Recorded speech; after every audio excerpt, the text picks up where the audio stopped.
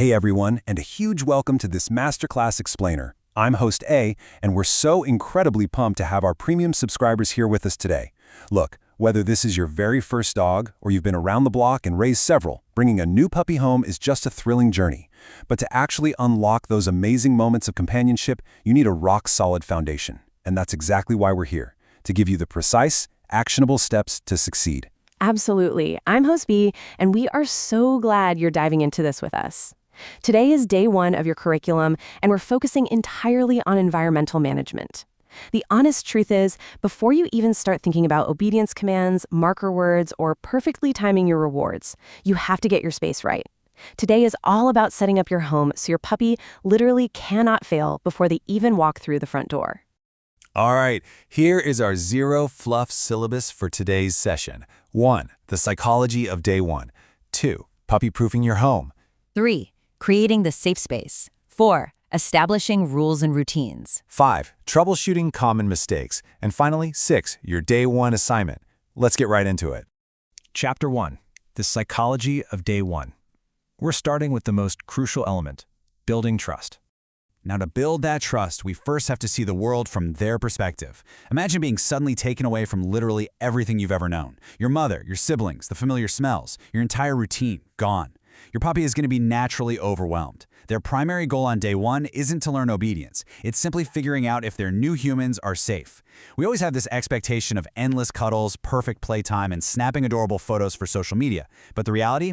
To a puppy, everything in your home is a fascinating object to chew and explore. When they chew your favorite chew, they aren't being naughty or spiteful. They're basically acting like a toddler, investigating a brand new world the only way they know how, with their mouths. Hit the nail on the head. And that perfectly sets up the core thesis of this entire masterclass. Success starts with management, not punishment. You simply cannot punish a dog who doesn't yet understand your rules. Preventing a bad habit from forming in the first place is vastly superior and, honestly, way less stressful than trying to train it out of them months down the line. Think about it. If a shoe is put away, it literally can't be chewed. Management is going to be your absolute best friend. Moving on to Chapter 2, Puppy-proofing your home. It's time to manage those hazards. So we've covered the psychological why, and now it's time for the highly actionable how. How do we actually manage the environment? Well, it starts with physically getting down on your hands and knees. You need to see your home from their exact vantage point. When you're standing up, a living room looks perfectly fine, but when you drop down to 6 inches off the ground, suddenly you spot the loose phone charger tucked under the sofa, a stray coin by the baseboard, or maybe a toxic houseplant sitting in the corner. You need to constantly ask yourself, what can my puppy chew, swallow, or knock over? Spotting these hazards today can literally save you from a panicked, late-night trip for emergency surgery. And speaking of emergencies, there are some common household items that pose severe physiological hazards for dogs. Now, we all know about the dangers of chocolate, right? But you absolutely must secure grapes, raisins, onions, garlic, avocado, alcohol, and coffee. But if there's one thing I really want to highlight, it's xylitol. This is an artificial sweetener found in a ton of sugar-free gums and candies. Even a tiny, microscopic amount of xylitol is a massive, life-threatening medical emergency for a puppy. Check your purses, check the coffee tables, and lock these items up immediately. Okay, let's secure the rest of your house. For chemicals, think detergents, bleach, pesticides. You need to lock them in cabinets. Those little child-proof locks work wonders for this. For small objects like coins, stray socks, and hair ties, which puppies absolutely love to swallow, remove them from your floors entirely. Just clear them out. And for electrical hazards like your laptop chargers and TV wires, keep them totally out of reach or cover them with protective plastic tubing. Puppies love the chewy texture of electrical cords, so do not leave them exposed. All right, Chapter 3, Creating the Safe Space. Let's build the puppy bedroom.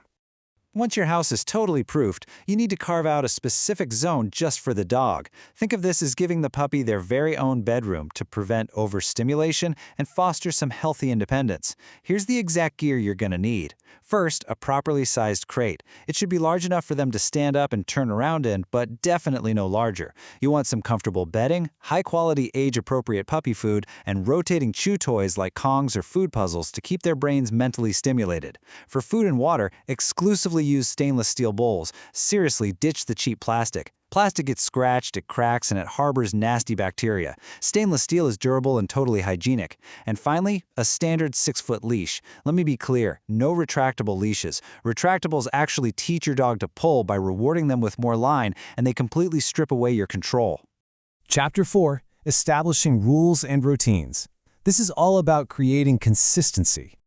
Routine is the absolute bedrock of canine psychology. Consistency creates confidence, while mixed messages just breed anxiety and confusion. Dogs crave structure, and it all starts with a number that usually shocks new handlers: 18 to 20. That is how many hours a day a puppy actually needs to sleep. It's essential for their brain development, their growth, and their ability to learn. People always underestimate this. If you skip their naps, your puppy loses all emotional regulation. An overtired puppy turns into a hyperactive, irritable, and incredibly bitey puppy.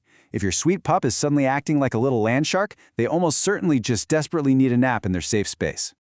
And routine also applies to geography.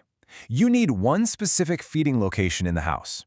Feeding them in the exact same spot on a strict schedule, rather than just free feeding and leaving a bowl out all day, prevents food guarding and builds predictability.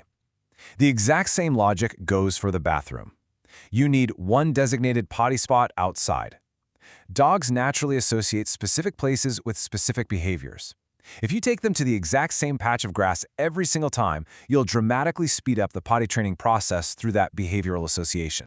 But establishing a routine isn't just about the dog, it's about the humans too. You absolutely must have a family rule consensus before the dog even arrives. You've got to ask yourselves the tough questions. Will the puppy be allowed on the couch? Can they sleep in your bed? Who is actually responsible for feeding and walking them? And crucially, what exact command words are you using? If you say down when the dog jumps up, but your partner yells off, that puppy has no idea what's going on. Everyone in the household must agree on these boundaries to avoid totally confusing the dog. Let's transition to Chapter 5, Troubleshooting Common Mistakes. Time to fix some errors. As professionals, we see the exact same errors repeated on day one time and time again. So let's proactively squash them right now. Mistake number 1, giving the puppy too much freedom too soon. Remember the golden rule: management over freedom. Mistake 2, punishing accidents. If they pee inside on the rug, that's your fault for not managing their schedule, not theirs.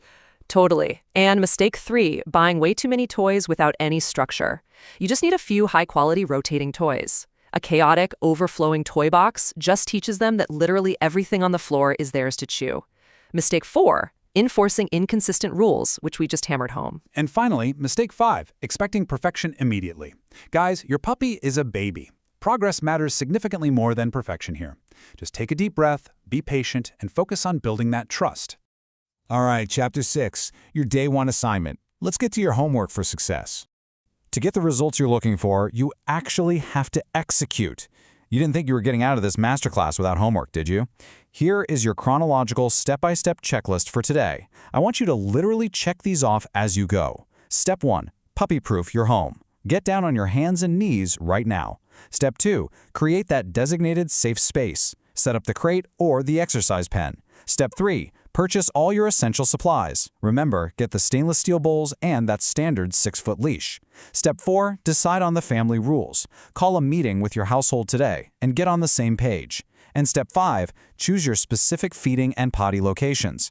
By knocking out these 5 steps, you are actively laying the concrete foundation for the next 29 days of training success. So we're going to leave you with this one question to chew on. Are you ready to dive into understanding why your puppy barks, bites, and chews tomorrow? Because in tomorrow's session, we're shifting gears from environmental management straight into active puppy behavior. We are going to unpack the fascinating canine psychology behind the biting and the barking, and we'll show you exactly how to channel that wild energy. So do your homework, get your space totally dialed in, and we will see you right back here for the next lesson.